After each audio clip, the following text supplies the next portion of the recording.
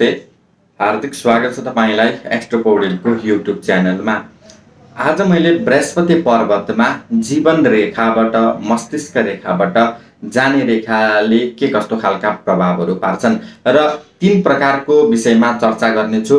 कस्तो रेखा भयो भने व्यक्ति जीवनमा ठूलो भिआइपी बन्न सक्छ, जीवनमा ठूलो व्यक्तिहरू बन्न सक्छ र कस्तो रेखा हुँदाखेरि व्यक्तिमा एउटा दैविक शक्तिहरू बढी मात्रामा हुन सक्छ, कस्तो रेखाले व्यक्तिलाई धनवान बनाउन सक्छ, अत्यन्त धनी बनाउन सक्छ, यो विषयमा चर्चा गर्नेछु।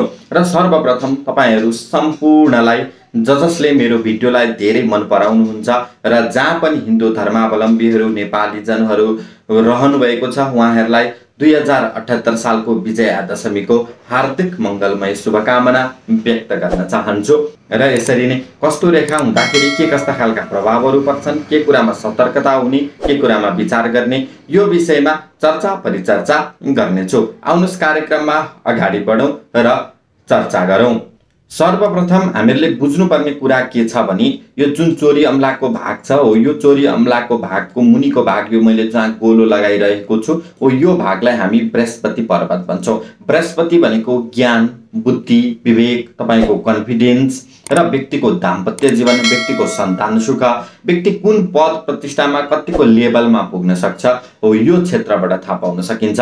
र कसैको यदि यो बृहस्पति पर्वत मजाले ठूलो भएको छ, मजाले गाढा रूपमा प्रष्ट रूपमा अरूभन्दा उच्चको देखिन्छ, अरूभन्दा पोटिलो अवस्थामा देखिन्छ भने मान्नुस् तपाई बृहस्पति प्रधान हुनुहुन्छ र तपाईको बृहस्पति राम्रो भएर बसिरहेको छ भनेर बुझ्नुपर्छ। र अर्को भनेको यो जुन रेखा मैले केरेर देखाइरहेको छु हो, हामी यसलाई मस्तिष्क रेखा भन्छौं। हो यो मस्तिष्क रेखा भनेको हाम्रो निष्कर्ष शक्ति, हामीले कस्तो तरिकाले सोच्छौं, कस्तो कुराले विचार गर्छौं, हामीमा कतिको लेभलमा हामीमा ज्ञान छ, हामी कुन लेभल स्तरको मान्छे हौं र हामीले अरू व्यक्तिसँग कति कुन लेभल अनुसारको तर्क गर्न सक्छौं, कुन लेभल अनुसारको आफ्नो तार्किकतालाई देखाउन सक्छौं, आफ्नो लेभलतालाई देखाउन सक्छौं र महत्त्वकांक्षी पनि यस लेभलबाट हेर्न सकिन्छ। र यो मस्तिष्क रेखा हो, यो मस्तिष्क रेखाबाट यदि यसरी एउटा रेखा जुन जाँदै गरेको छ हो, यसरी एउटा रेखा गएको छ भने यस्ता व्यक्तिहरू अत्यन्त धेरै ज्ञानी हुन्छन्, धेरै ज्ञान। यस्ता व्यक्तिहरूले प्रत्येक कुरा केही न केही जानेको हुन्छ, प्रत्येक कुरामा केही न केही सिकिरहेका हुन्छन्, प्रत्येक कुराबाट केही न केही ज्ञान लिइरहेका हुन्छन् र यस्ता व्यक्तिहरू असाध्यै धेरै महत्त्वकांक्षी हुन्छन्। यस्ता धेरै धेरै ठुल्ठुला इच्छाहरू राख्छन्। त्यो इच्छालाई पूरा गर्नको लागि कर्म चाहिँ जुन अनुसारले जुन तरिकाले गर्नुपर्ने हो त्यो अनुसारले कर्म गर्न सक्दैनन्। र यस्ता व्यक्तिहरूको सानो तिनो कुरामा मनै जाँदैन, सानो तिनो कुरामा आँखा नै जाँदैन। एकैचोटि आफूलाई ठूलो व्यक्ति, आफूलाई एकदम आकांक्षी व्यक्ति, एकदम ठूलो लेभलको व्यक्ति बनाउन चाहन्छन् र त्यसतर्फ लाग्न सक्छन्। र यस्ता व्यक्तिहरू अत्यन्त एग्रेसिभ पाराका पनि रहन्छन् र यस्ता व्यक्तिहरूले आफ्नो जीवनमा यस्तो महत्त्वपूर्ण कामहरू गरेका हुन्छन् कि त्यो महत्त्वपूर्ण कामले गर्दाखेरि जीवनमा मृत्यु पश्चात पनि यस्ता व्यक्तिहरू चिनिन्छन्, मृत्यु पश्चात पनि यस्ता व्यक्तिहरूले नाम राखेर गएका हुन्छन्, मृत्यु पश्चात पनि यी व्यक्तिहरू कुनै न कुनै तरिकामा चर्चित भएका हुन्छन् र यस्ता व्यक्तिहरूसम्म सबै चिजको खुबी हुन्छ। तर अझ त्यो खुबीलाई चिन्ने कोसिस गरे, चिन्ने प्रयत्न गरे भने जीवनमा मजाले अगाडि बढ्न सक्छन् र मजाले राम्रो प्रगति गर्न सक्छन् र यस्ता व्यक्तिहरू धेरै चर्चित हुन्छन्, धेरै भिआइपी हुन्छन् र धेरै महत्त्वपूर्ण लेभलमा पुगिरहेका हुन्छन्। र अर्को तरिकाको रेखाको कुरा गर्ने हो भने अहिले त मैले तपाईलाई मस्तिष्क रेखाबाट निक्लेर गुरु पर्वतमा गएको रेखाको बारेमा चर्चा गरेँ। अब चर्चा गर्छु जीवन रेखा। यो जुन यसरी मुनि आउँदै गरेको रेखा छ यसलाई हामी जीवन रेखा भन्छौं। यो जीवन रेखाबाट पनि यसरी गुरु पर्वतमा गइरहेको रेखा हुन्छ। यदि तपाईको यस्तो रेखा छ भने यस्ता व्यक्तिहरू धार्मिक रुचिका हुन्छन्, धार्मिक प्रवृत्तिका हुन्छन्, धर्ममा अत्यन्त धेरै नै विश्वास गर्ने खालका हुन्छन् र यस्ता व्यक्तिहरू अत्यन्त धेरै सरल प्रवृत्तिका हुन्छन्, सरल किसिमका हुन्छन्। यस्ता व्यक्तिहरू पराक्रमी किसिमका हुन्छन्, पराक्रम गर्न सक्ने ओर्ने खालका हुन्छन्। र जुन अघि मस्तिष्क रेखाबाट निक्लेको रेखा थियो हो, ती व्यक्तिहरू कर्म गर्न सक्दैनथे, मेहनत गर्न सक्दैनथे, परिश्रम गर्न सक्दैनथे।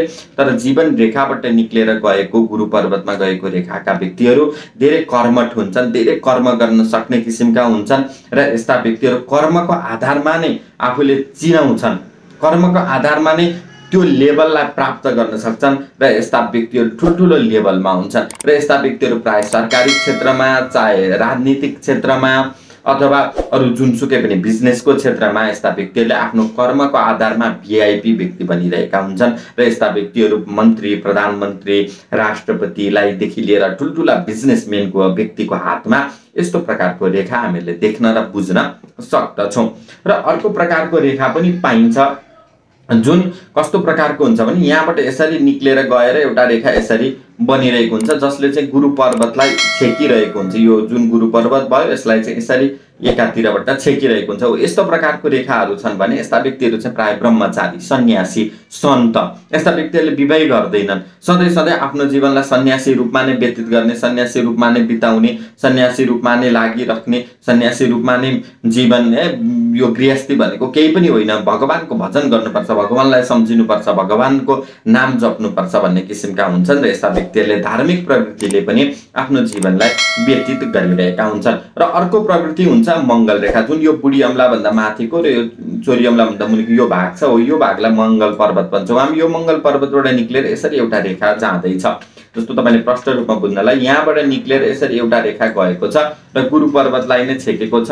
अथवा चाहिँ कसैको हातमा कस्तो हुन्छ, यहाँबाट एउटा रेखा निक्ल्यो यसरी शनि पर्वततिर छेकिरहेको हुन्छ। यस्तो अवस्थामा रेखाहरू छन् भने चाहिँ शनि पर्वततिर जाँदै गरेको अथवा गुरु पर्वततिर जाँदै गरेको यस्ता रेखाहरू छन् भने यस्ता व्यक्तिहरू धेरै चर्चित हुन्छन् र यस्ता व्यक्तिहरू चाहिँ बच्चा अवस्थामा दुःख पाएका हुन्छन्, बच्चा अवस्थामा कष्ट पाएका हुन्छन्, बच्चा अवस्थामा धेरै नै सङ्घर्ष गरेका हुन्छन्। तर जति जति जीवन बित्दै गयो, जति जति बुढोकाल लाग्दै गयो, जति जति उमेर ढल्किँदै गयो त्यति त्यति यस्ता व्यक्तिहरू सफल हुँदै जान्छन्, त्यति त्यति यस्ता व्यक्तिहरू जीवनमा राम्रो प्रगतितर्फ लम्किरहेका हुन्छन्, राम्रो प्रगतितर्फ लागिरहेका हुन्छन् र यस्ता व्यक्तिहरू धेरै नै कर्मठ हुन्छन्, धेरै नै राम्रो हुन्छ भनेर भन्न सकिन्छ।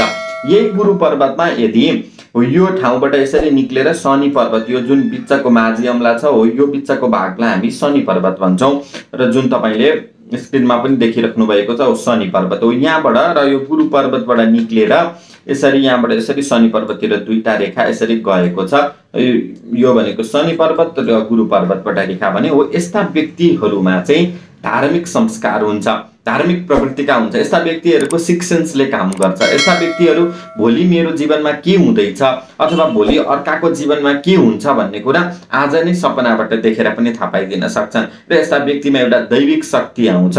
त्यो दैविक शक्तिको कारणले गर्दा यस्ता व्यक्तिहरू धेरै धेरै चर्चित भएका हुन्छन्, ठुल्ठुला व्यक्ति हुन्छन्। यस्ता व्यक्तिहरूले तन्त्र विद्यामा लाग्यो भने चाँडै नै तन्त्र सिक्न सक्ने खालको खुबी पनि यस्ता व्यक्तिमा हुन्छ र यस्ता व्यक्तिहरूले सन्तान सुख पनि राम्रो तरिकाले पाएको हुन्छन्। ईश्वरीय शक्ति, ईश्वरीय कृपा यस्ता व्यक्तिहरूमा रहन्छ र यस्ता व्यक्तिहरू धनवान हुन्छन्, भाग्यशाली हुन्छन् र आफ्नो जीवनमा सधैँ प्रगति गरिरहेको हुन्छ, प्रगतिमा अग्रसर भइरहेको भनेर हामीले देख्न सक्दछौँ।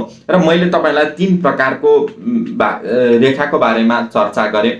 पहिलो नम्बर त जीवन रेखाबाट गएको होस्, चाहे मस्तिष्क रेखाबाट गएको होस्, चाहे यो रेखाबाट गएको रेखा होस्, चाहे यो रेखाबाट गएको रेखा होस्, यस्ता व्यक्तिहरू धनी हुन्छन्, भाग्यशाली हुन्छन्। यस्ता व्यक्तिहरू धेरै जीवनमा ठुल्ठुलो प्रगति गर्छन्। र अर्को पक्ष भनेको मस्तिष्क रेखाबाट नगएर जीवन रेखाबाट मात्रै गएको यदि यस्तो रेखा छ भने यस्ता व्यक्तिहरू भिआइपी हुन्छन्, ठुल्ठुला व्यक्तिहरू हुन्छन् र ठुल्ठुलो चर्चित पनि रहन्छन् भन्न सकिन्छ। र यसरी यहाँबाट दुईटा रेखा शनि पर्वततिर जाँदैछ भने यस्ता व्यक्तिहरूमा दैविक शक्ति हुन्छ, दैविक प्रवृत्ति हुन्छ र त्यही दैविक शक्तिको कारणले गर्दा व्यक्तिले जीवनमा ठुल्ठुलो प्रगतिहरू पनि गरिरहेका हुन्छन्।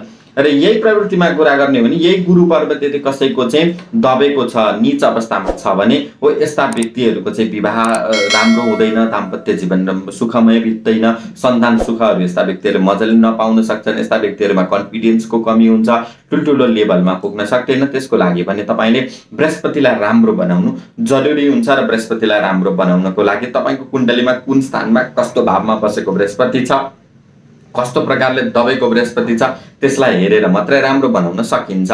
र यदि तपाईलाई पनि हामीले हालेका जानकारीहरू मन परिरहेको छन्, सदुपयोग गरिराख्नु भएको छ र आज हामीले लिएर आएको भिडियोको सदुपयोग पक्कै पनि गरिराख्नु भएको छ भने कृपया हाम्रो च्यानललाई लाइक सब्स्क्राइब गर्न नबिर्सिदिनु होला। र यदि तपाईले पनि आफ्नो हातको एनालाइसिस गराउन चाहनुहुन्छ, आफ्नो हात देखाउन चाहनुहुन्छ भने हाम्रो WhatsApp, हाम्रो भाइबर नम्बरमा पनि तपाईले सम्पर्क गर्न सक्नुहुनेछ अथवा हामीलाई प्रत्यक्ष रूपमा भेटेर पनि कुनै न कुनै जानकारी लिन सक्नुहुनेछ। र हामीले हालेका भिडियो मन परिरहेको छन्, सदुपयोग गरिरहेको हुनुभएको छ भने लाइक सब्स्क्राइब गर्न नबिर्सिदिनु होला। अरू पनि यस्तै भिडियोको साथ उपस्थित हुने नै छु। बिदा चाहन्छु। हवस् त। नमस्ते।